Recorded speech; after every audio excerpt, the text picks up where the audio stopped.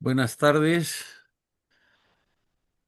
Nos reunimos una vez más en el aula canaria de la Academia de Ciencias, Ingeniería y Humanidades de Lanzarote para seguir elaborando distintos capítulos del libro Canarias 2026, escrito por un conjunto de miembros de la Academia y que lo hacemos mediante estas sesiones telemáticas.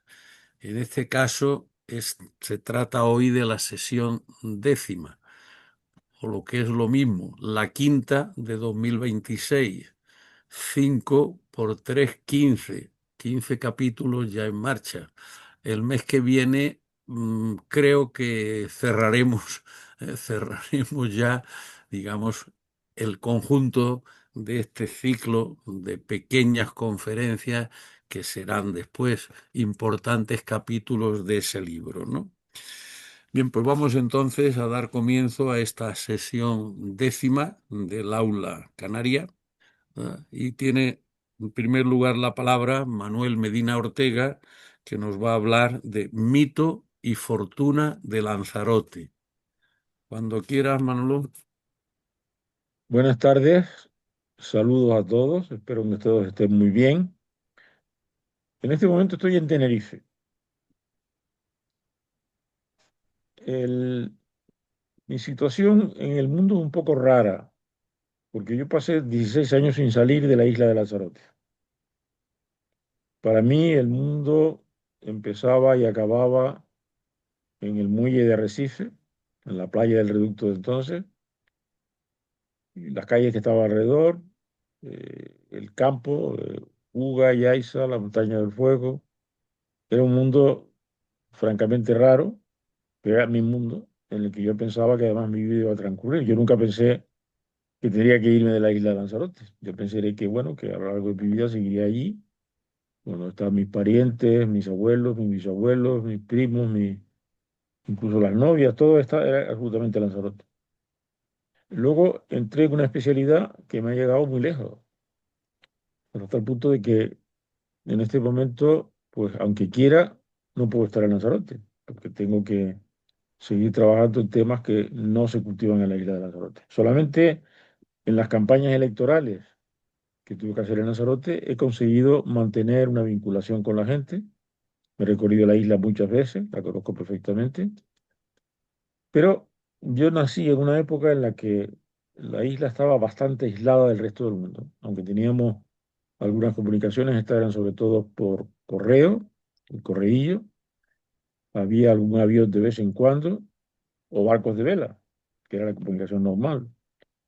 Yo recuerdo un tío mío que fue capitán de barco de la Marina Mercante y en el año hacia 1920 tuvo que hacer un viaje como comandante, como capitán de un barco de vela de Tenerife a la península, a Cádiz, tardó un mes.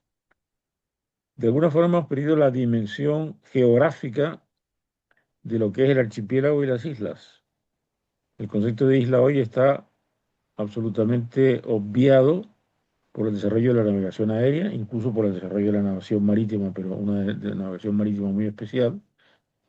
Con lo cual, a mí me gusta siempre pensar el mundo al revés.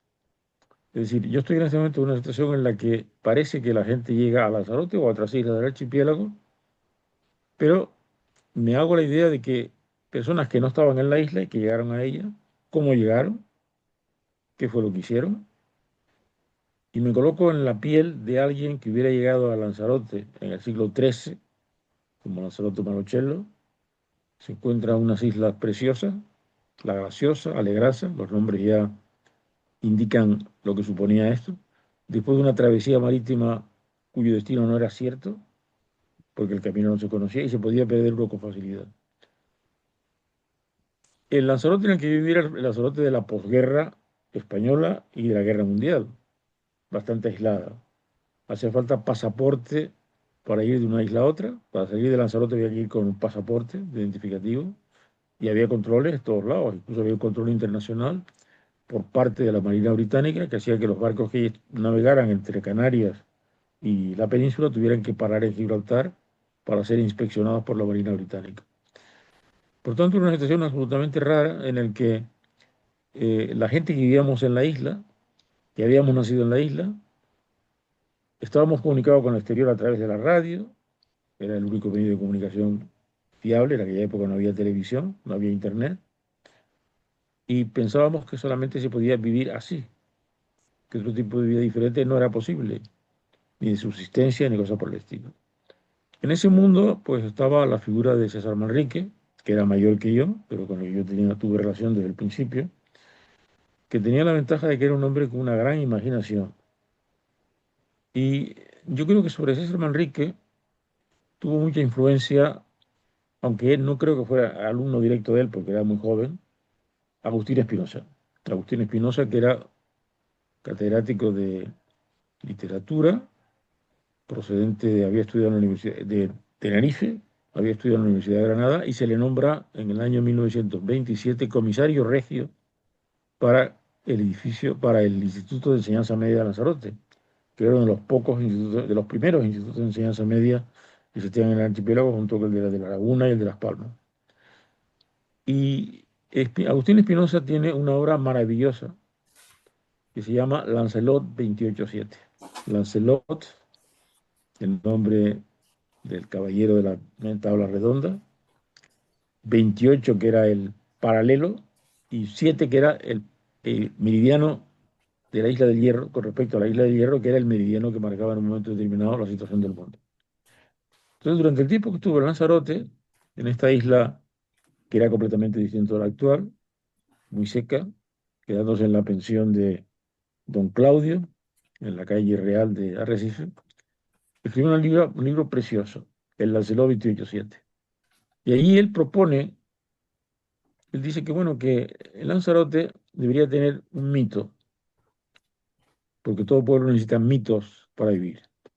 Y que ese mito no tenía por qué ser el mito de los descubrimientos de Lanzarote, del Ansiloto Marochello, de las expediciones, sino un mito distinto, utilizando el nombre de Lancelot, ser Lancelot, el caballero de la tabla redonda de Bretaña, que había llegado de Bretaña, había llegado a la isla y había bajado a los infiernos en la montaña del fuego y enfrentándose con el dragón, saliendo victorioso de la victoria. Y él decía que este mito había que desarrollarlo.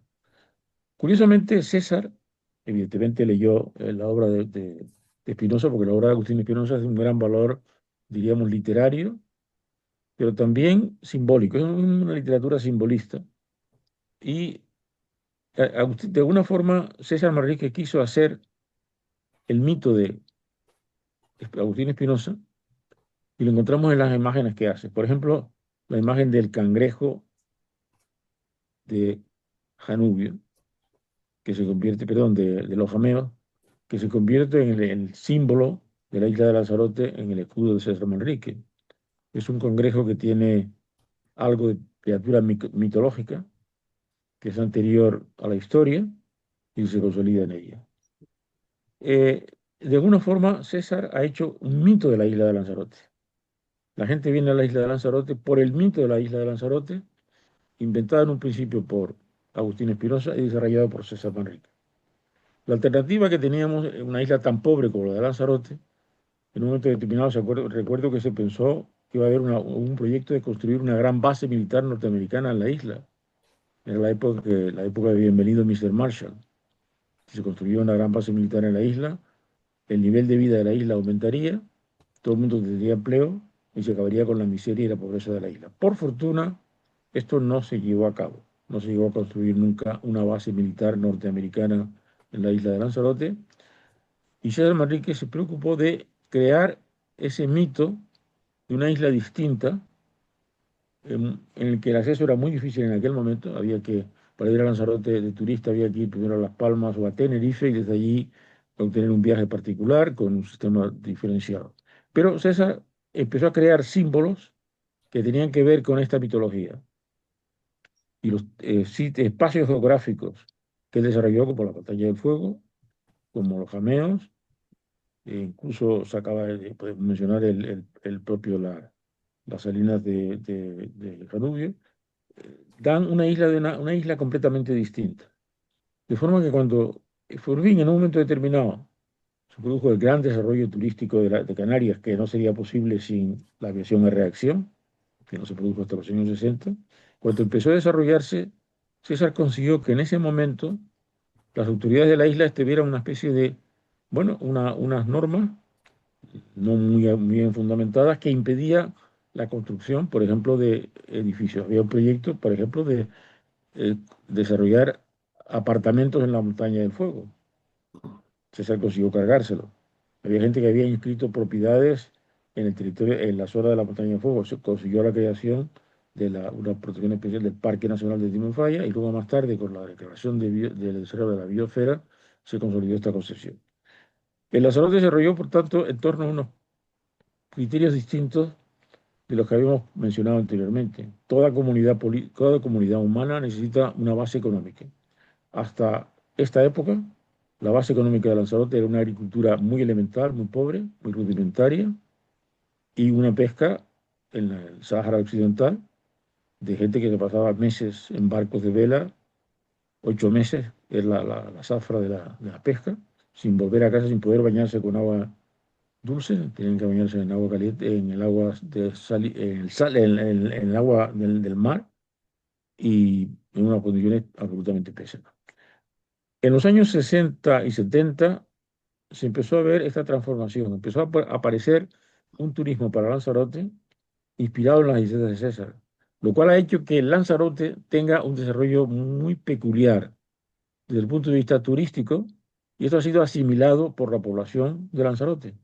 Concretamente, el hombre que más ha influido en la actual configuración de Lanzarote fue Enrique Pérez Parrilla, que como presidente del Cabildo estableció una moratoria turística que ha sido fundamental para evitar la masificación de la isla desde el punto de vista de la edificación. En este momento, la isla se ha multiplicado por 100 el Producto Interior Bruto, manteniendo, sin embargo, los elementos fundamentales de esta actividad. Nadie piensa que la isla vaya a ser una isla industrial, sino que va a ser una isla puramente mítica, basada en los elementos geográficos que tenemos. Es decir, se juega con la idea de que lo que hizo César tiene que ser protegido, se ha limitado la construcción, pero nos encontramos con una serie de problemas, como es lógico, lo que ocurre en toda situación mítica, y es que la población aumentaba de manera tal que nos encontramos con una serie de elementos resultantes de la transformación de una sociedad, diríamos, casi muy primitiva, de pasar a la agricultura y la pesca, a una sociedad, a una isla basada en los servicios, pero con un aumento de población que no puede ser atendida. Esta dependencia de los factores míticos de la isla de Lanzarote imposibilita que muchos servicios que se prestan en otros lados salgan a quedar. Aquí fue un factor muy importante, ha sido el desarrollo de la medicina, con el hospital que tenemos, que por cierto lo creó Ernest Lluch, cuando antes de que lo asesinaran, en el tiempo que estuvo de ministro de Sanidad, vino expresamente a la isla de Lanzarote para hacerlo. Cuando yo hablé con él, él ya sabía los problemas y creó algo que nos permite por lo menos haya una serie de servicios médicos de primera categoría, no tan buenos quizás como en otros sitios, pero que cada vez se van perfeccionando más.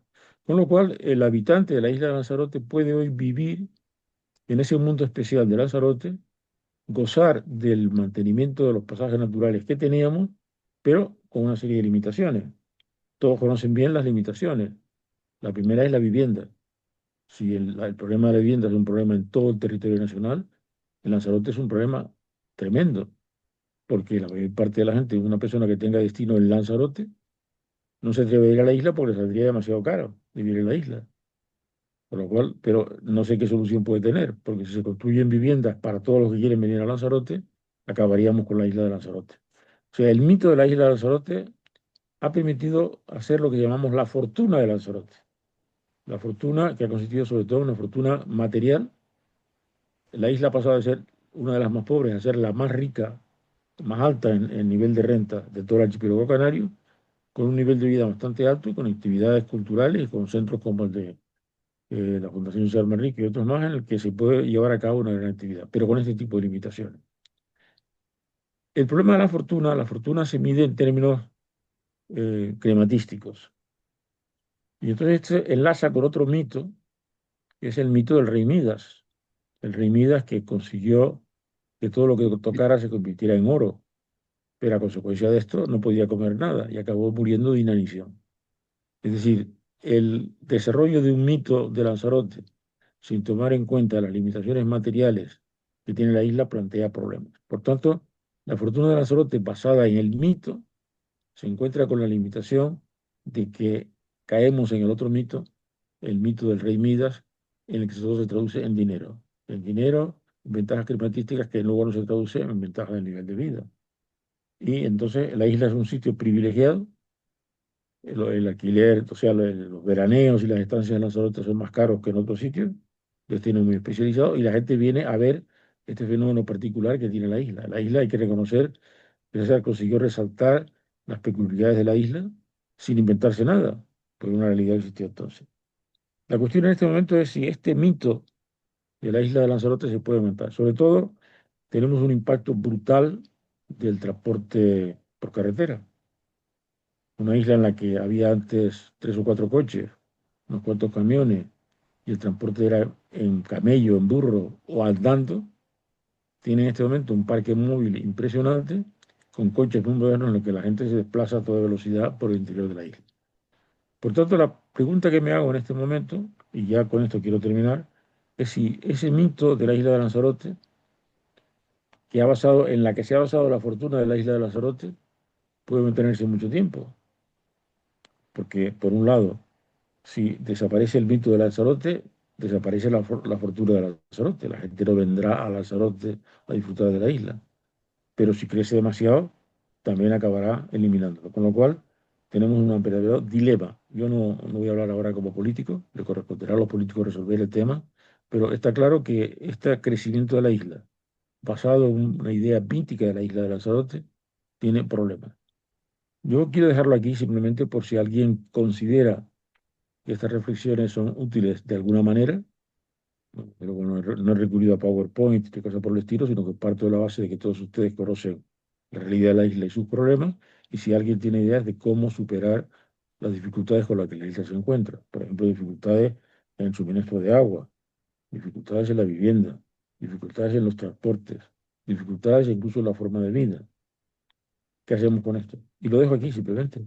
No se me ocurre nada más. Muy bien, Manuel. Bueno, pues a continuación Jesús Martínez Fría va a tratar el tema Timanfaya en Marte, el rover Perseverance y la importancia de la planetología comparada. Tiene la palabra, Jesús. Muchas gracias, Francisco. Voy a empezar a compartir pantalla. Espero que se vea bien.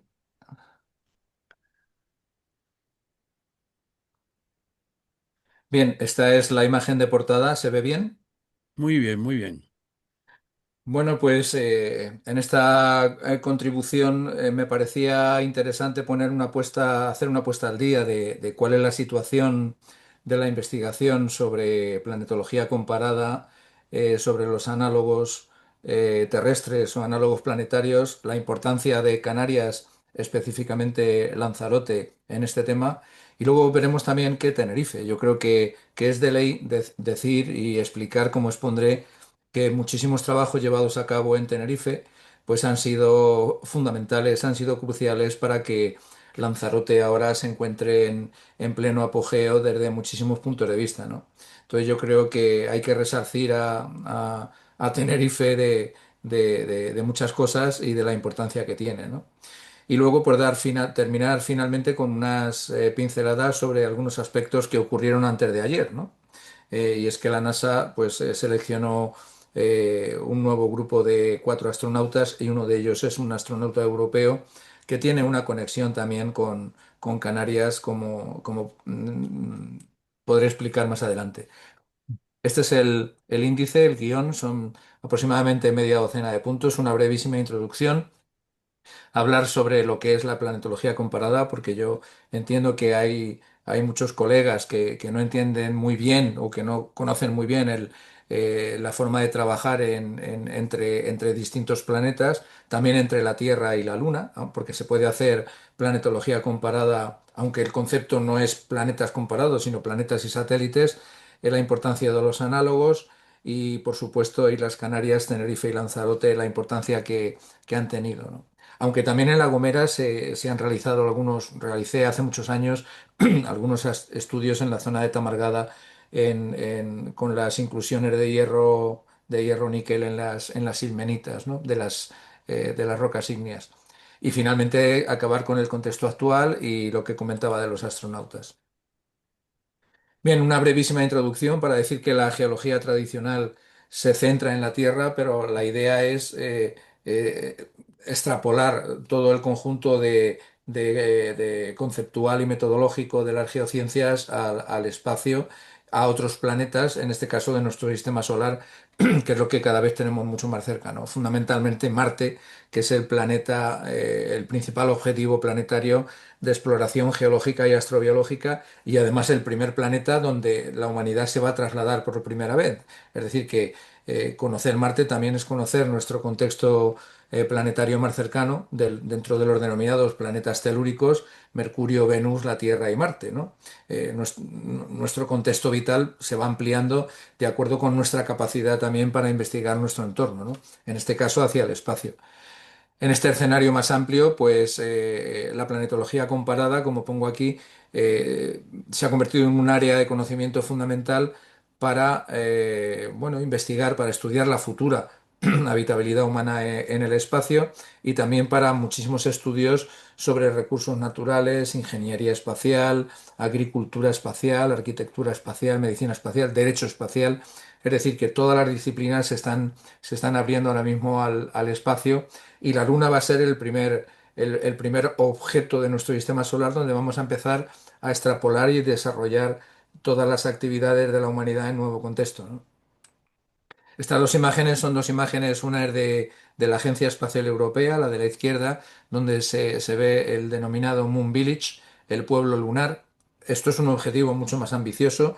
Al principio serán solamente una serie de módulos, pero la idea es esa, la idea es recubrir de regolito los módulos para que estén protegidos de la radiación y de los impactos de los pequeños meteoroides y, bueno, pues poco a poco se irá ampliando. Esto cada vez está más cerca y como veremos más adelante, el 2028-2029, vamos a empezar ya, se van a empezar ya los trabajos en la instalación, el establecimiento de la base en el polo sur de la Luna, ¿no? En una cuenca de impacto que se llama la cuenca de Aitken en el polo sur y además cerca de uno de los cráteres bien conocidos que es el cráter Shackleton.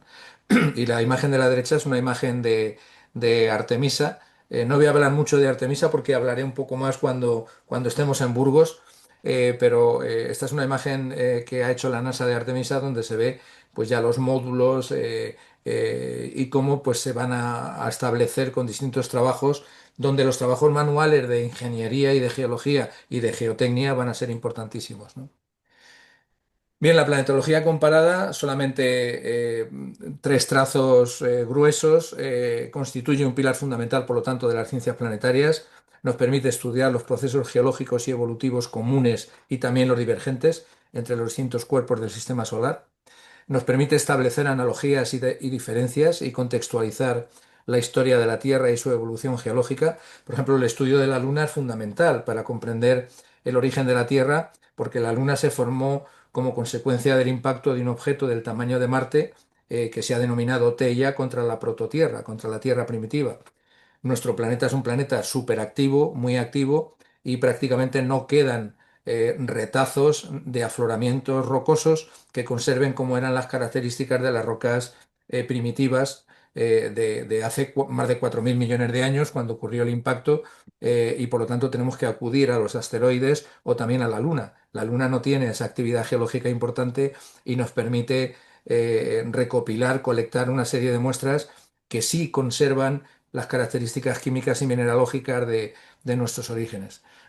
Y finalmente, abajo a la izquierda, pues los análogos terrestres actúan como laboratorios naturales esenciales que los veremos un poco más adelante, pues para probar prototipos, para establecer estándares, para comprobar el funcionamiento de modelos conceptuales, etcétera, ¿no?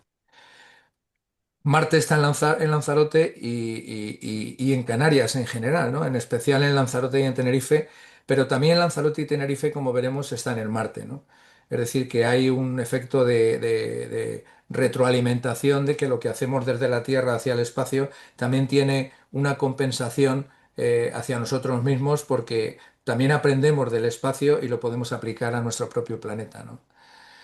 Aquí vemos esta elipse que ya le he presentado en alguna ocasión. Esta es la elipse de aterrizaje del rover Perseverance de la NASA, que es el último rover que llegó, que lleva funcionando desde el año 2021.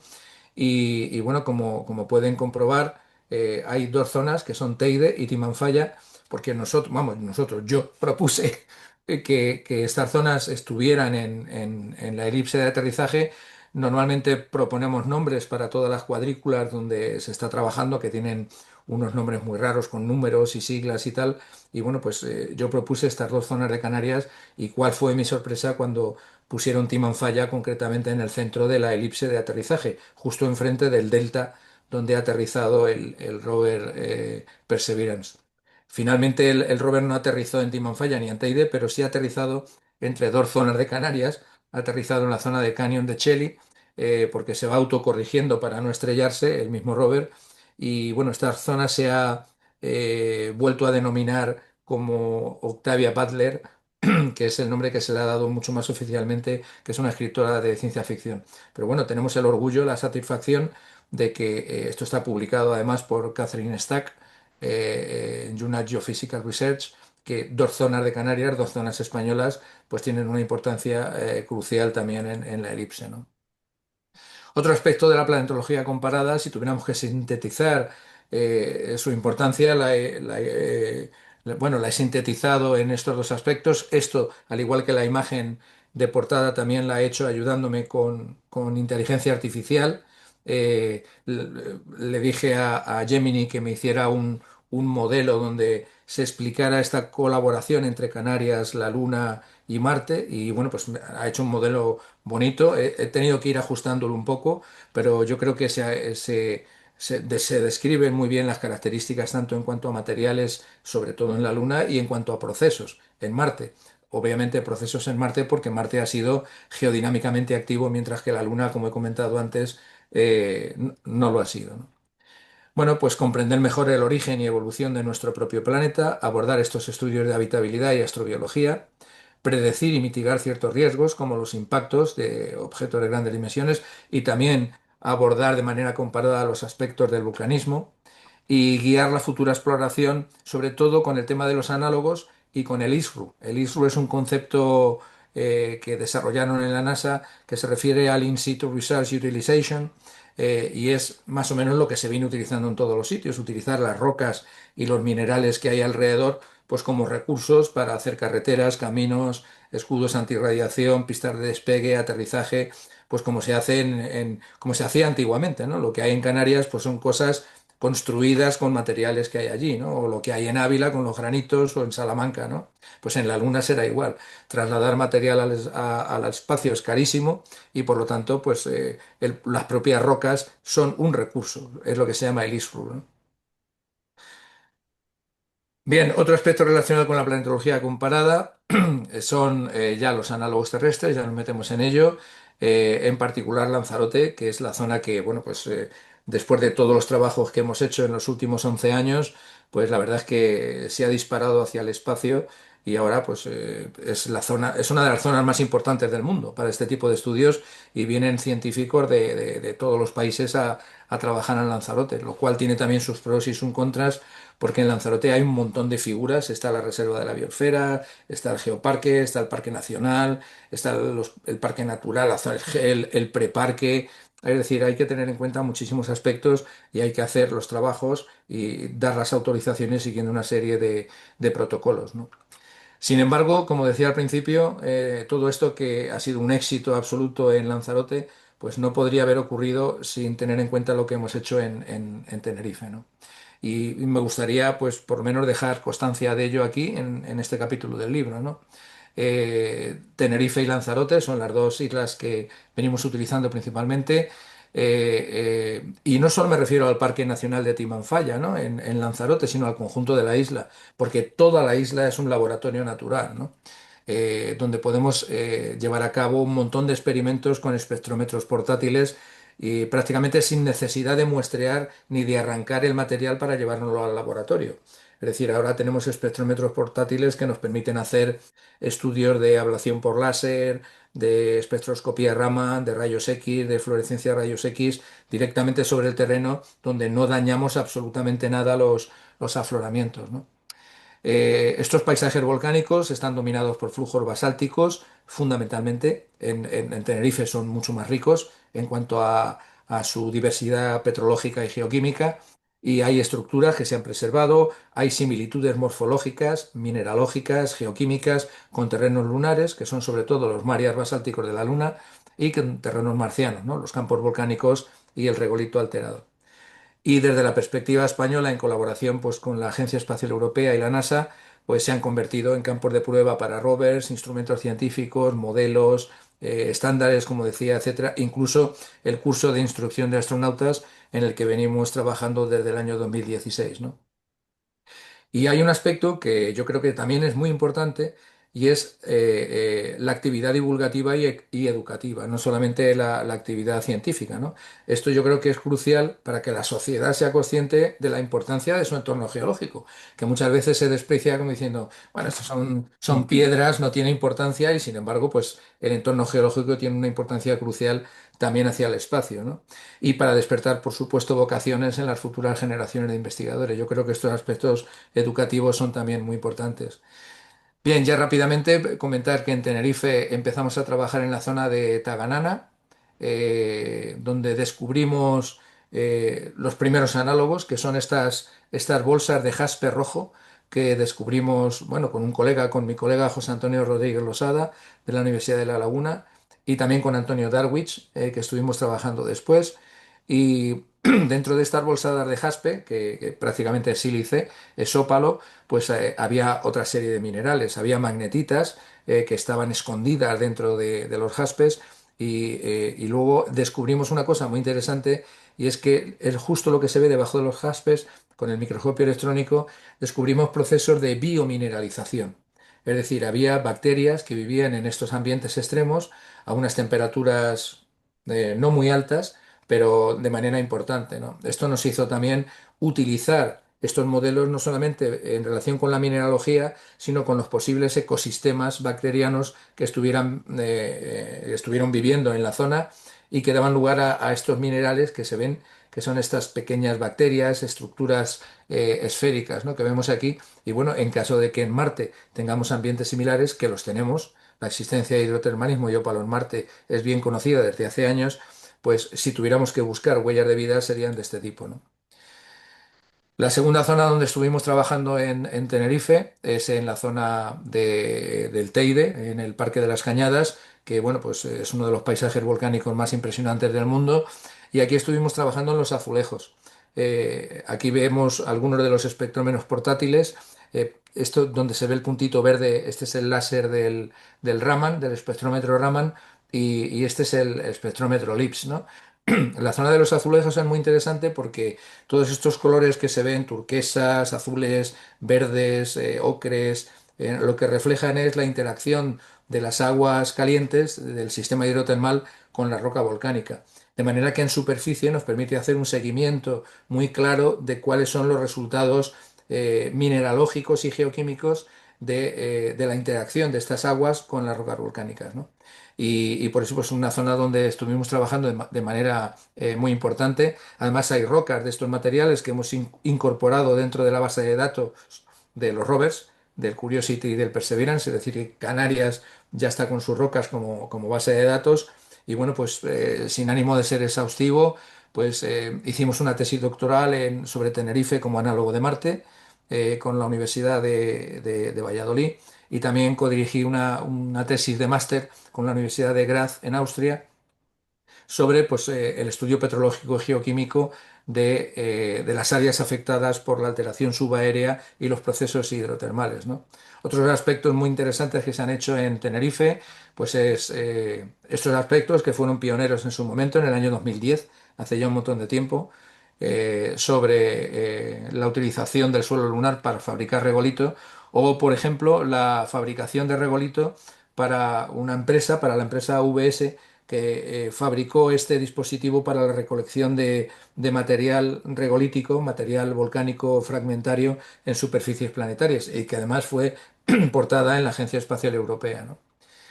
Bien, esto es lo que ha dado lugar a la explosión en Lanzarote después. En Lanzarote, pues esto me ha permitido desarrollar con la máxima profusión todos estos aspectos que he compilado aquí, aspectos de materiales, de procesos, de divulgación, de colaboraciones, etcétera. Y en definitiva, la frase que he puesto en el título de Timanfaya está en Marte, además justo en el centro de la elipse de aterrizaje, es una forma de confirmar y ejemplificar pues todo lo anteriormente realizado también en las islas que es importantísimo, ¿no? Bien, y ya para terminar, que no tengo mucho tiempo, todo esto se enmarca en el contexto actual el programa Artemisa. El programa Artemisa tiene como objetivo táctico la Luna, pero como objetivo estratégico Marte. ¿Y cómo se enmarca todo esto que estamos haciendo en Canarias? Bueno, pues hay una serie de fases. Estas fases estamos trabajando en ellas. Ha habido un cierto retraso, también por los problemas geoestratégicos y políticos en Estados Unidos. También ha habido un acelerón bueno, pues la competición que hay entre Estados Unidos y China en estos temas.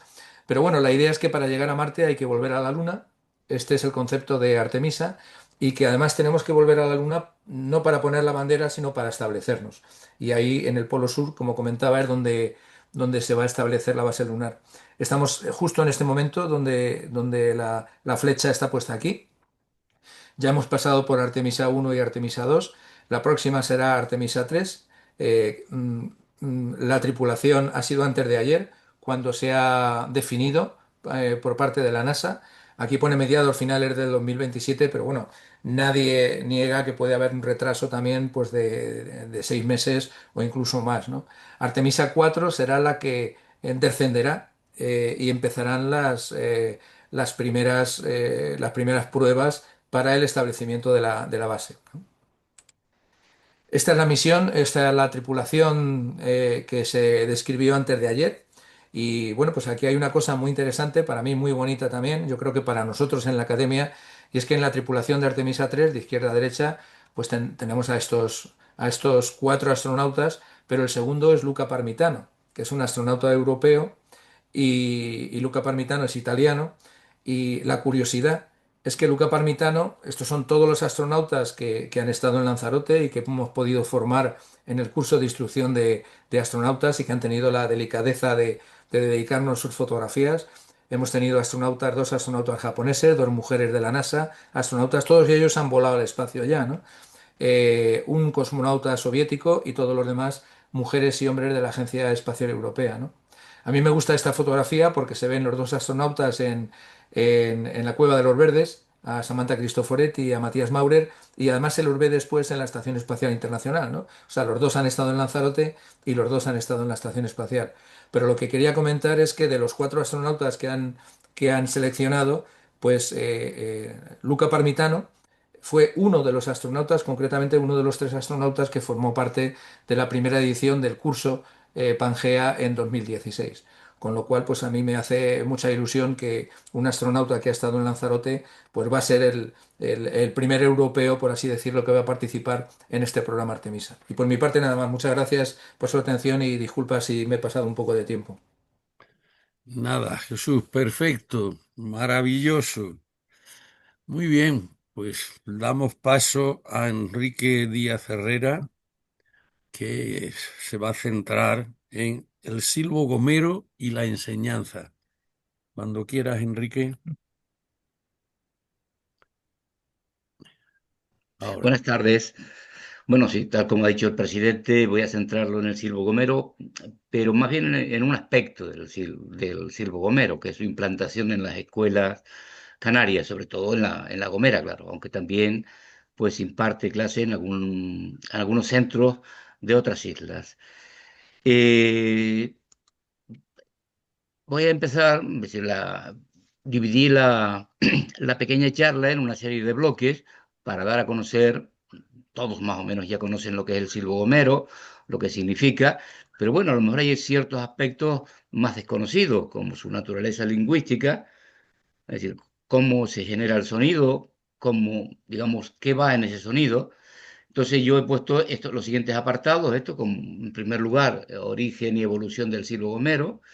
Luego me meteré un poquito en la naturaleza lingüística, los reconocimientos y la protección que tienen actualmente, y luego ya el aspecto fundamental, digamos, del apartado del libro que es el sistema educativo canario y el silbo, y luego cuál sería o cuál es el presente y futuro del silbo gomero.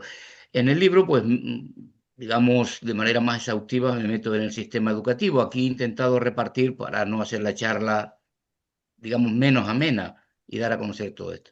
Bueno, en primer lugar, en cuanto al origen, está claro que se sitúa en época prehispánica, es decir, y procede, casi todos los estudios indican que, aunque no está demostrado, de la zona norteafricana, que ya aparece mencionado a principios del siglo XV, 1403, 4 antes de la conquista de la isla, por los marinos, perdón, aquí ya me he vuelto otra vez.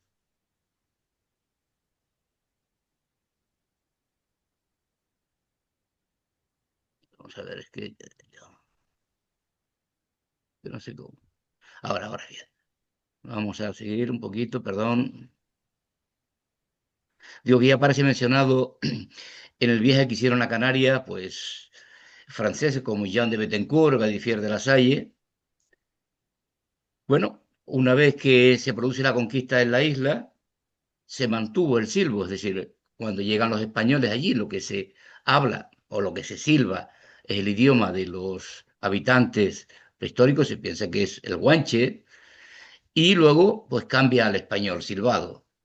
¿Por qué se mantiene, digamos, el silbo después de la conquista? Sobre todo, la explicación está en la orografía de La Gomera. Todos conocen más o menos cómo es La Gomera, es decir, es una isla pequeña de unos 370 kilómetros cuadrados, circular con una altura de unos 1500 en la parte central y a partir de ahí salen barrancos de forma radial hacia el mar. Son profundos barrancos, por lo que la comunicación y es muy, muy difícil, pues eso se aprovechó mediante el silbo, para eso. Existen indicios de cronistas de la época también de que existía el silbo o algo parecido en Tenerife, Gran Canaria y El Hierro. En esta última parece que es donde único ha perdurado en los últimos años. Prácticamente en Tenerife se ha perdido y en Gran Canaria quedan pequeños vestigios. A partir de los años 60, en La Gomera, pues se redujo su uso, pues se redujo de manera muy, muy drástica. Se debía principalmente a varios factores, entre ellos principalmente la emigración. Más de un 40% de los habitantes de la isla abandonan la isla hacia Venezuela o Tenerife. Y también a partir de los siguientes años, la mejora de las comunicaciones, como carreteras o teléfonos, pues redujeron su uso y se puso muy, muy en riesgo su continuidad. Hoy se ha recuperado, ya lo veremos, y representa un ejemplo único de adaptación humana al medio, es decir, cómo somos capaces. Donde yo quería centrarme un poquito era aquí, la naturaleza lingüística. En primer lugar, es un sistema fonológico estructurado, es decir, tiene características como una lengua, como las lenguas orales, y por lo que hay que distinguirlo entre el silbo convencional y el lenguaje silbado. Por ejemplo, en el silbido convencional se usan unos códigos fijos y predeterminados para dar pequeñas órdenes, pero nada más. Mientras que en el lenguaje silbado, que sustituye a una lengua oral, pues teóricamente el significado, el número es infinito de los mensajes que se pueden realizar a través de él. Una de sus características, como toda lenguaje o lengua oral, es su doble articulación, es decir, tiene una serie de fonemas que se unen, que son las unidades básicas, para dar lugar, digamos, a las palabras. Aunque en el silbo no existen palabras y no tienen ningún significado, simplemente lo que hace es formarlas, las de la lengua a la que sustituye, ya veremos, que esa sería la siguiente característica. Dice, no es una lengua independiente, sino es un mecanismo sustitutivo, y ya veremos que bastante reducido. En este caso, actualmente, pues representa a la lengua española. Su sistema fonológico, su estudio se debe a Ramón Trujillo Garcedo, un lingüista de la Universidad de La Laguna, que es el mayor, digamos, conocedor del silbo. descubre que el aparato, bueno, el aparato reproductor, el fonador, el que produce el sonido, es con la parte anterior de la boca. Así que tenemos el paladar duro, la lengua, labios, y puede, con ayuda de uno o más dedos, aunque hay personas que silban perfectamente sin el uso de esos dedos. Esto significa, o simplifica, digamos, de manera extrema el número de fonemas al castellano, al no funcionar o al no usar nosotros las cuerdas vocales, pues se ve reducido el número de fonemas. Solamente podemos...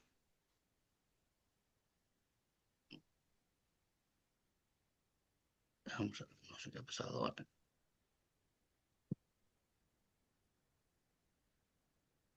Bueno. Ah, vemos eso que, bueno, me he saltado una diapositiva. Esto, bueno, aquí. Pues los estudios de Ramón Trujillo dicen que solo se puede diferenciar una serie de tonos. Es decir, el tono solo es la parte alta o parte baja, es decir, tonos agudos o graves. Por eso hay dos, o se distinguen dos vocales, una aguda y una grave. Y en el caso de las consonantes, también se usa el tono, tenemos la aguda y la grave, pero a su vez puede ser interrupto o continuo, es decir, según el aire pues se quede en la boca y sea expulsado violentamente o fluya de manera continua. ¿Vale? Entonces, da lugar a este sistema fonológico. Es decir, tenemos dos vocales, una se conoce como I y A, más o menos son las pronunciaciones que se entienden. La primera engloba a las vocales I y E, y la otra a la O, U. Serían las vocales graves y las vocales agudas. En cuanto a las consonantes, como se juega con el tono, ya sea agudo y grave, y después según sea oclusiva o continua, pues tenemos también cuatro vocales. Perdón, consonantes. Tenemos la consonante CH, que tiene la T, CH y S, son interruptas agudas. No voy a pararme mucho ahí, pero esta es la clasificación. Si esta sería lo que se entiende en el lenguaje silbado y estos serían los fonemas que corresponden a la lengua española. Para que se hagan una idea, aquí al lado, he puesto, por ejemplo, aquí en la columna de la izquierda, tengo palabras en español y a la derecha, cómo, digamos, se oirían o se escribirían, entre comillas, en el lenguaje silbado. Como ven, son, digamos, un poco distintas, pero bueno, eso sería. Hay silbadores o estudiosos que dicen que se distinguen más de dos vocales, que se puede distinguir hasta cuatro, y alguna consonante más. Pero bueno, estos son los estudios, digamos, más serios sobre el silbo gomero, y esto es lo que aparece y lo que se enseña en las escuelas. Hay palabras que se dicen, por ejemplo, ballena, tiene el mismo o mismo significado que otras palabras, y que se puedan llamarse igual, por ejemplo. Vamos a ver. Si eso se produce lo siguiente, es decir, esta economía, es decir, este número tan reducido de fonemas, hace o genera una gran ambigüedad en el lenguaje silbado. Porque una sola secuencia silbada puede corresponder a varias palabras. Por ejemplo, gallina y ballena, como les decía antes. ¿Qué ocurre? Entonces dirá, bueno, pues ¿para qué sirve el silbo? Sí, sirve porque se utiliza lo siguiente, si para comprender se apoyan en dos factores. Por un lado, el contexto, igual que en la lengua oral, es decir, hay palabras que se dicen exactamente igual, pero según el contexto significarían una cosa u otra. Y el otro caso que es muy, muy importante en el silbo gomero es el intercambio de aclaraciones entre los interlocutores, entre la persona que silba y el receptor del silbo. Preguntas como que repita, da la conformidad, bueno, eso es muy, muy habitual. Bueno, acabado ya digamos, un aspecto de manera muy resumida sobre las características lingüísticas, voy a centrarme un poco en el reconocimiento y la protección que tiene actualmente el silbo. En primer lugar, decirle que tiene la más alta protección. Por ejemplo, por la UNESCO en 2009 lo declara Patrimonio Cultural Inmaterial de la Humanidad. Y luego tiene a nivel del Estado, en Canarias, que tiene las competencias, todas las máximas o las máximas garantías de protección. Es Patrimonio Cultural de Canarias como bien inmaterial, está dentro de bien de interés a proteger, como en la categoría tradición y expresión oral, y está incluso en el propio Estatuto de Autonomía, en el artículo 27 se expresa de manera clara la protección del silbo gomero. Yo creo que es el único patrimonio que aparece en el estatuto. Bueno, vamos a el tema central, ya digo, aunque aquí tampoco me pararé mucho, para no hacer esto muy largo, la charla, es el silbo en el sistema educativo. Lo primero, lo siguiente, es decir, ¿qué significa la entrada en la escuela del silbo gomero? Bueno, la propia UNESCO, en su declaración como patrimonio cultural y material de la humanidad, declara que esa entrada en las escuelas es la principal característica por la que se les otorga esa protección. Aquí podemos ver eso, dice que son una garantía para la protección y promoción de la lengua silbada y están respaldadas por un compromiso firme y sostenible del Estado y las comunidades afectadas. Bueno, vamos a ver cuándo entra en la escuela y cuál es un poquito la evolución. Bueno, el origen tiene lugar en los años 80, en la década 80, y se debe principalmente a una persona, es decir, al maestro silbador Isidro Ortiz Mendoza, bastante conocido en Canarias, premio Canarias, pues ha estado por Lanzarote en muchos centros y en muchos actos silbando. Ahora ya tiene 93, 94 años, pero bueno, fue el gran promotor.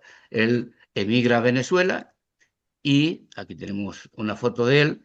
Cuando llega en esa época, echa en falta lo siguiente, es decir, él vive en la zona central de La Gomera, que es donde más usaba el silbo, y nota que prácticamente ya no se oye el silbo, tampoco se oyen, como dice él, las chácaras y los tambores, él era gran amante del folclore, y entonces, de manera altruista, empieza a dar clases en los recreos y por las tardes a los niños que quisieran asistir en su escuela unitaria de Chipude, que es un pueblo en el centro de la isla.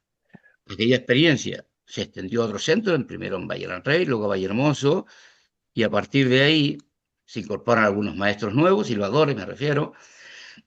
Las AMPAs y el Cabildo piden, bueno, se hace o se presenta una proposición no de ley al Parlamento de Canarias, el 97, que aprueba, y 2 años más tarde sale ya una orden donde se regula la enseñanza en primero y en la ESO. En la ESO solo los 2 primeros cursos y dentro del área de lengua. Luego, se va consolidando esa normativa, es decir, sale en el 2018 una nueva orden donde se amplía ya a tercero y a cuarto y permiten que otros centros de Canarias puedan solicitar también dar silbo canario y en qué condiciones, y eso aparece ahí. Unos años más tarde, bueno, incluso en este año, en marzo, hay un nuevo decreto que ya consolida definitivamente su enseñanza. Tal como dice ahí, garantiza su continuidad y regula la formación docente, la coordinación y la figura del monitor de silbo. Aquí voy a poner, o aparecen, 2 fotografías. Este es Lino Rodríguez y aquí Eugenio Daria, que junto a Isidro Ortiz, por eso les he puesto aquí, han sido las 3 personas que prácticamente durante 20 años han mantenido el silbo en las escuelas de La Gomera. El anterior, Lino y él, son monitores, es decir, no son docentes. Eugenio Daria sí es docente, aunque un gran silbador también, y era el coordinador de silbo en la isla. Ya digo, son las personas que han mantenido toda esta, han formado ahora ya bastantes monitores. Entonces, vamos a hablar un poquito de la enseñanza. ¿Cómo es la enseñanza en el aula? Unos utilizan la tradición oral, como Lino Rodríguez o Genedaria, y otros utilizan unos recursos pedagógicos adaptados al contexto escolar. Es lo que se conoce como silfateo. Y ahí lo nombraré, simplemente es, digamos, pasar, digamos, con letras, es decir, lo que he visto antes, a escrito, las palabras silbadas. Esto lo usaba, pues lo inventó Isidro Ortiz y se enseña también en muchas de las escuelas, depende del monitor, enseña un método o enseña el otro.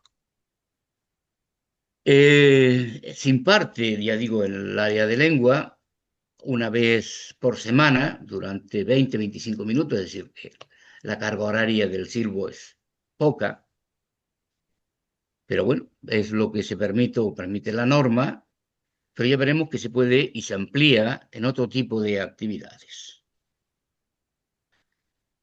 Participan conjuntamente el monitor del silbo y el profesor de lengua, ya que el monitor, al no ser docente, no puede estar solo en el aula con el alumnado. De todas maneras, se coordina entre ellos.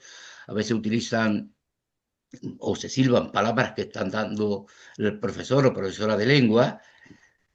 En la metodología se incluyen fichas, juegos, pequeños cuentos, me he estado viendo, y teatro con una pequeña parte silbada por los chicos. Eso depende, es decir, y de la edad que tengan los chicos, y luego hay ejercicios de discriminación auditiva y producción oral. Normalmente esto es en la ESO. Es decir, en las primeras clases se enseña, lo primero de todo, a colocar los dedos y a la producción del silbo. Aquí vemos a Isidro Ortiz, pues indicándole a los pequeños cómo colocar los dedos. Es decir, lo primero es la producción del silbo, pero a la vez que se enseña a silbar, lo primero es también oír, es decir, el profesor, el monitor va silbando pequeñas palabras como mamá, papá, el nombre del alumno. Es decir, igual que ocurre en la lengua oral, que lo primero es auditivo, es decir, no, aprendemos a oír. Esos son los primeros tiempos y luego ya a medida de eso, una vez que ya producen el silbo, pues empiezan a hacer palabras o a silbar palabras muy, muy sencillas.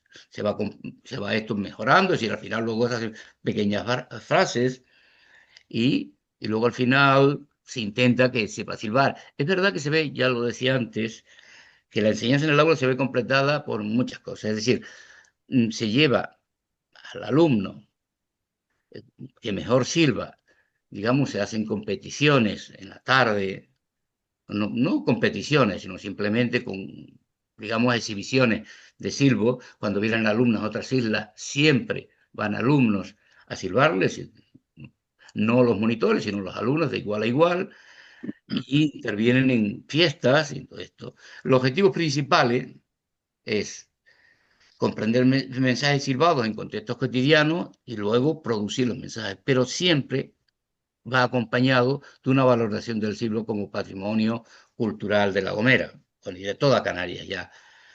Es decir, la enseñanza no solo busca una destreza técnica, sino también la conservación activa de una tradición viva. Hablar también de la Escuela Insular de Silbo, aunque no, si esta es una escuela creada por el Cabildo que intenta completar esa enseñanza al alumnado, por el poco tiempo que se imparte en clase, es decir, funciona en todos los ayuntamientos de las islas. Hay un día a la semana, entre 2-3 horas de clase, por los monitores de silbo, para todos aquellos alumnos o personas de fuera que quieran ir a aprender a silbar. También hay en 4 o 5 puntos de Tenerife y en otros tantos de Gran Canaria. Bueno, en cuanto al presente y futuro del silbo gomero, voy a destacar en primer lugar la fortaleza. En primer lugar, la fortaleza principal y una de las cosas que se ha mantenido por la identidad y el símbolo que significa para La Gomera y también para Canarias, no es un solo sonido, digamos un silbo, una canción, sino tiene una identidad todos los que somos de La Gomera. En este caso, yo no sé si si lo he dicho o no, pero soy de aquí y desde pequeño, bueno, estamos identificados con el silbo. Segundo fortaleza que tiene un reconocimiento y protección fuerte. Se tiene los máximos reconocimientos y protecciones. Luego, la escuela, que tiene a partir de ella tiene una transmisión asegurada a las siguientes generaciones. Y bueno, también una tradición que no se ha quedado parada, sino que innova. Por ejemplo, tiene convenios con la Universidad de La Laguna, está lo que se llama la Cátedra Institucional de Silbo en La Laguna, que se dedica a la investigación, a la transmisión, y también ahora ha firmado también con la Universidad de Las Palmas una sobre la salvaguarda digital, donde para los archivos digitales, guardar, buscar, todo eso, es decir, no. Por último, el potencial turístico es decir, muchos de los alumnos que han aprendido a silbar están metidos en el mundo turístico. Es decir, actúan en algunos hoteles, cuando vienen cruceros, con eso, es decir, es una forma de divulgar y de transmitir el silbo gomero. Pero a su vez, bueno, existen algunas debilidades a tener en cuenta que sería importante indicar. Por ejemplo, uno de los riesgos es que no se utiliza como antes, ni para lo que se utilizaba antes, está claro que ya no es necesario, pero bueno, corre el riesgo de verse como algo folclórico, no sé, como una curiosidad, un espectáculo. Por otro lado, existe una dependencia de la transmisión de calidad, es decir, ahora los silbadores aprenden en la escuela, ya no es como antes, en casa, con la familia, por una necesidad, o se trabajaba en el campo como pastores o lo que sea. Bueno, y eso exige una educación de calidad, es decir, que hayan monitores acreditados, bien formados, que la enseñanza que se dé sea la adecuada.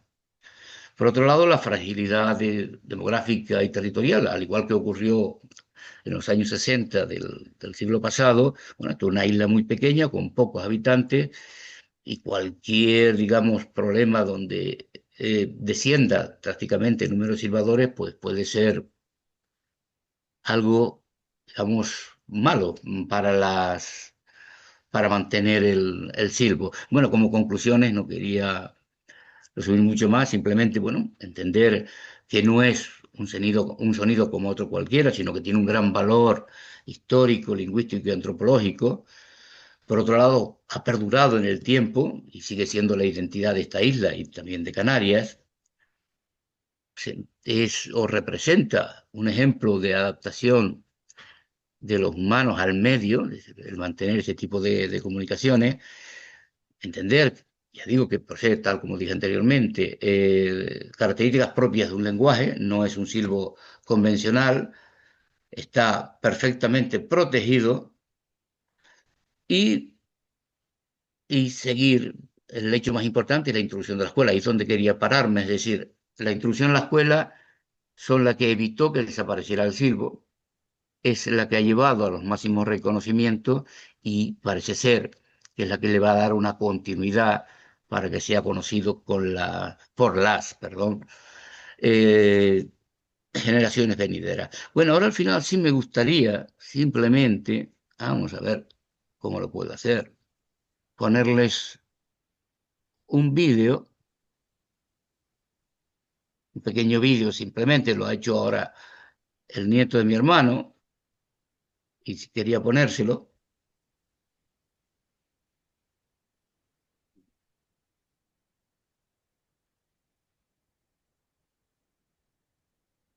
Bueno, no sé si han entendido lo que decía, pero bueno, yo voy a intentar a ver si lo entienden de esta manera. No, no, bueno, mm, parece que he vuelto a poner el mismo. Vamos a ver aquí.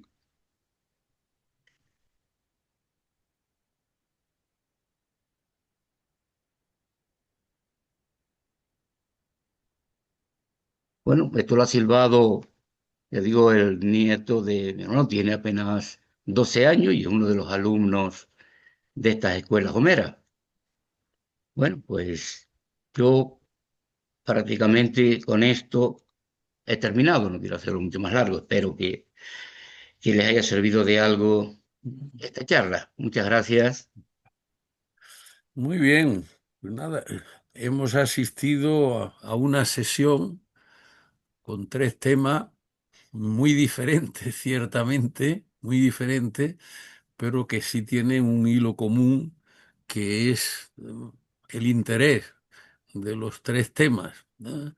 Uno para la isla de Lanzarote, otro para todas las Canarias y, si queremos decirlo mejor, para Lanzarote y Tenerife, en su salida formal al menos al espacio, y otro de raíz gomera, pero también de interés general canario, ¿no? Como sabéis, la finalidad de estas sesiones es oír, digamos que una fase primera del tema desarrollado por su autor. En consecuencia, lo que interesaría ahora es que, en función de lo que hemos oído, podamos sugerir a los autores correcciones, ampliaciones, alguna modificación, ¿no? Si os parece. ¿Eh? En consecuencia, pues abrimos el coloquio, debates, sugerencias.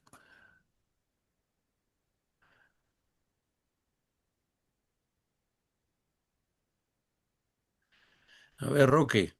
Sí, hola, buenas tardes. Pues nada, primero gracias a los tres. Me han encantado las charlas como siempre y además me encanta también la diversidad. Pero en fin, quería hacer un par de observaciones nada más. Una vez dirigida a Manuel, no Medina. Yo, no, yo supongo, no lo sé, pero no lo has mencionado, pero en fin, creo que Lanzarote dio un vuelco absoluto, absoluto, cuando los hermanos Díaz Rijo montaron la primera desaladora en Lanzarote en el año 64. Ellos crearon una empresa privada que se llamó Termolanza y montaron la primera desaladora que vino de Guantánamo, por cierto, ¿no? Creo que ese es el antes y después de Lanzarote. Es decir, Lanzarote sin agua desalada no sería, o sería lo que fue en su tiempo. Por cierto, yo recuerdo de jovencito hacer el recorrido en los Correillos, hacían un circuito cerrado, unos iban primero por Lanzarote y luego Fuerteventura y al revés, Fuerteventura-Lanzarote. Y a mí me gustaba coger el de Lanzarote porque Lanzarote estaba Recife mucho más avanzada que Puerto Rosario. En cualquier caso, esas dos islas, todo su futuro descansa sobre el agua desalada con energías fósiles, ¿no? Y eso creo que es un cambio histórico en las dos islas fundamental, fundamental. Bueno, fíjate, una observación, nada más, ¿no? Los demás no puedo hacer muchas observaciones. Yo a Jesús, sinceramente, Jesús, nunca he creído que la humanidad pueda trasladarse a otro planeta. La verdad es que soy muy incrédulo en eso, ¿no? Podemos hacer más o menos alardes tecnológicos puntuales, pero desde luego yo, no, yo pienso que nunca podremos ser capaces de colonizar otros planetas, sinceramente, ¿no? Al fin, no lo sé. Y para Enrique no tengo nada que decirle porque la verdad es que desconozco el tema, me ha encantado escucharlo. Lo que sí tengo que decirte es que nunca he sido capaz de silbar en mi vida, ¿no? Eso sí. En fin, gracias a los tres y nada, y buenas tardes también. Juan Luis, creo que querías hablar, ¿no? No, él levantó la mano, pero no, estaba pensando en lo que estabais hablando. En cualquier caso, aprovecho para felicitar a los tres ponentes. Ha sido muy diversa y estoy de acuerdo con la opinión de que esto lo hace todavía mucho más entretenida, ¿no? La diferencia de temáticas eh, una detrás de otra, todas muy interesantes. A mí lo del silbo siempre me ha impresionado lingüísticamente hablando por la complejidad y además por lo que supone, ¿no? de ingenio para poder comunicarse en esos barrancos de un sitio a otro sin tener que moverse. El tema de Marte me encanta, me apasiona, más ahora que está el Musk, el Musk, el Musk, el Misk, el todo con a ver quién corre y quién no corre. A mí me parece que la verdadera carrera al final vamos a ver por dónde anda, pero no creo que haya mucho interés en que hayan colonias humanas, más allá de que hay interés en buscar yacimientos minerales para traerse y que esto pues tendrá una parte de mano humana, pero yo creo que seguramente la parte de robótica y de inteligencia artificial instalada en esos espacios tendrá una parte prioritaria en esa extracción, pero me parece que son disfrazados de avances de humanidad. Bueno, al final es un avance también, pero hay una carrera por encontrar minerales y tierras raras y también otros, no hay solos, sino también en todo lo que son el espacio entre Marte y la Tierra, ¿no? Y bueno, y la parte que comentabas de Lanzarote y el mito, me ha encantado, ¿no? Porque efectivamente, o sea, el resumir un poco cuál es el milagro de esta isla, estoy de acuerdo que el que haya algo de agua es un milagro. Las desaladoras, al fin y al cabo, pues solo nos han ayudado muchísimo. Pero al final también el tener un concepto, un relato, es fundamental, ¿no? Hay tantos sitios que tienen agua y no son nada. Y tienen toda el agua del mundo. Y sin embargo, Lanzarote tiene un relato, tiene un mito, tiene genial. Y estoy escribiendo un tomo que llamo de cuentos que se llama Imaginario mitológico de Lanzarote, donde hago relatos de cuentos y mitos que en verdad están inspirados aquí, pero que están inventados. Y me ha encantado todo este tema que comentaba de Agustín Espinosa. Voy a buscar el Lancelot 287 y releerlo, porque seguro que es muy inspirador también. Así que felicidades y tampoco quiero extenderme. Muy bien. Bueno, pues yo creo que por las caras, Gerardo, abre el micro. Vaya. Bueno, pues gracias a los tres. Han sido unas conferencias muy interesantes, pero a mí me toca la fibra, lo del Silvo Gomero. Me trae a la mente recuerdos de la niñez. A pesar de que vivo en Fuerteventura desde el año 39, me siento identificado con el Silvo Gomero también. Recuerdo cuando tenía 4, 5, 6 años que a la madrugada se levantaba la gente allí a trabajar para aprovechar el sol a las 5, a las 6 de la mañana y oía uno los silbos, porque allí todos los pueblos son en cuesta, ¿no? Y en la parte alta de Alojera, silbando, preguntando a alguien que iba a arar, que si le prestaba una vaca a fulano o que si iba para Villahermoso, que le trajera algo, algún recado, algo. Se oía todas las mañanas ese silbido, casi como con los WhatsApp hoy, pero que los WhatsApp no se oye y los silbidos sí. Tengo por aquí, yo no oí el sonido del silbo. Tengo por aquí un silbo, no sé si lo podré poner un momentito porque, a ver, en lo de compartir pantalla, voy a ver si puedo, y porque tengo varias muestras, pero uno de ellos me parece que muestras es muy a la clara. A ver si lo puedo compartir. Pues no, no lo sé. No lo sé porque cuando lo pongo se me va la pantalla. A ver, un momento, a ver, un segundo.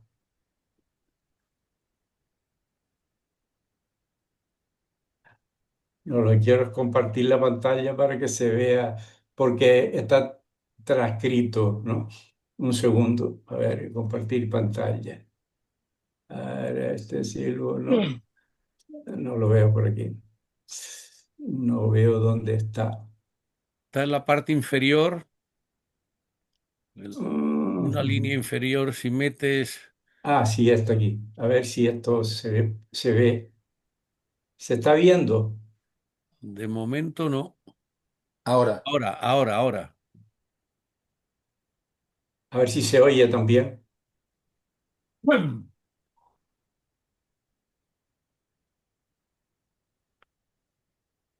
¿Se entendió? Yo no, yo no lo he No, oído. no, no sé. No, no se ha oído.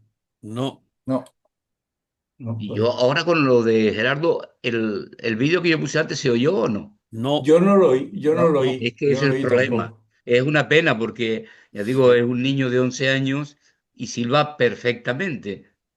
Y sí, me este grabó está. varios vídeos, pero claro, yo sí lo oigo aquí, pero sé que a veces da problemas en las presentaciones sí. y es una pena porque era una buena salutación del chico. Nada, nada, me he quedado con las ganas de que... Y él también, Pues que es de una que lo pena oyera. porque es Ahora tampoco. clarito, clarito, se oye muy claro y no sé si será porque tengo. Bueno, pues lo dejamos pendiente, ¿eh? Sí, sí, sí, En sí. cualquier momento, ¿eh? Disfrutamos oyendo el silbo gomero. Francisco, Jesús, una última eh, curiosidad, una última cosa. espera un momento que aquí venga, Perdón. Jesús. Nada, solamente una curiosidad que se me ha ocurrido al conectar las charlas, ¿no? Y es que si de alguna manera en el futuro pudiéramos intentar comunicarnos en Marte mediante el silbo gomero, resulta que una de las cosas que hemos descubierto con los sensores y los micrófonos que llevan los rovers es que en Marte, bueno, Marte tiene una atmósfera una composición de más del 95% de dióxido de carbono y la presión atmosférica está entre 5 y 11 milibares, ¿no? O sea, es muy bajita. Pero lo que hemos descubierto, que además lo hemos publicado en Nature, en una revista muy buena, es que las ondas sonoras viajan de manera diferente en Marte que en la Tierra. Los sonidos graves viajan a unos 240 metros por segundo, mientras que los agudos viajan a unos 250 metros por segundo. Hay una pequeña diferencia. Esto significa que si alguien hablara, los tonos agudos llegarían antes que los graves y entonces habría una cierta distorsión. Es decir, que si en el futuro quisiéramos aplicar el silbo gomero a Marte, pues tendríamos que tener en cuenta esta pequeña distorsión, esta pequeña diferencia, ¿no? Nada más, que era una curiosidad. Bueno, pues yo creo que hemos pasado una sesión francamente agradable, ¿no? Muy interesante. Y ahora, pues claro, a tirar un poco de las orejas a los ponentes para que muy pronto nos envíen ya sus capítulos, ¿no? No lo dejéis. Y otra cuestión, mm, se os mandó la posibilidad de delegar para la asamblea, ¿eh? Hasta ahora hemos podido celebrar formalmente todas las asambleas de todos los años, ¿no? Por favor, enviad las delegaciones a cualquiera de los que sabéis que están en Lanzarote y que son académicos numerarios, ¿eh? Ya sabéis que, por ejemplo, en nuestro país pues llevamos ya 3 años sin presupuesto, pero no pasa nada. Pero si no tenemos acta de asamblea no podemos presentar los papeles de todos los años al gobierno, en este caso de Canarias, ¿no? Así que, por favor, los que no vayáis a estar el día 26 en Lanzarote en la asamblea, pues mandar, por favor, la delegación de voto. ¿De acuerdo?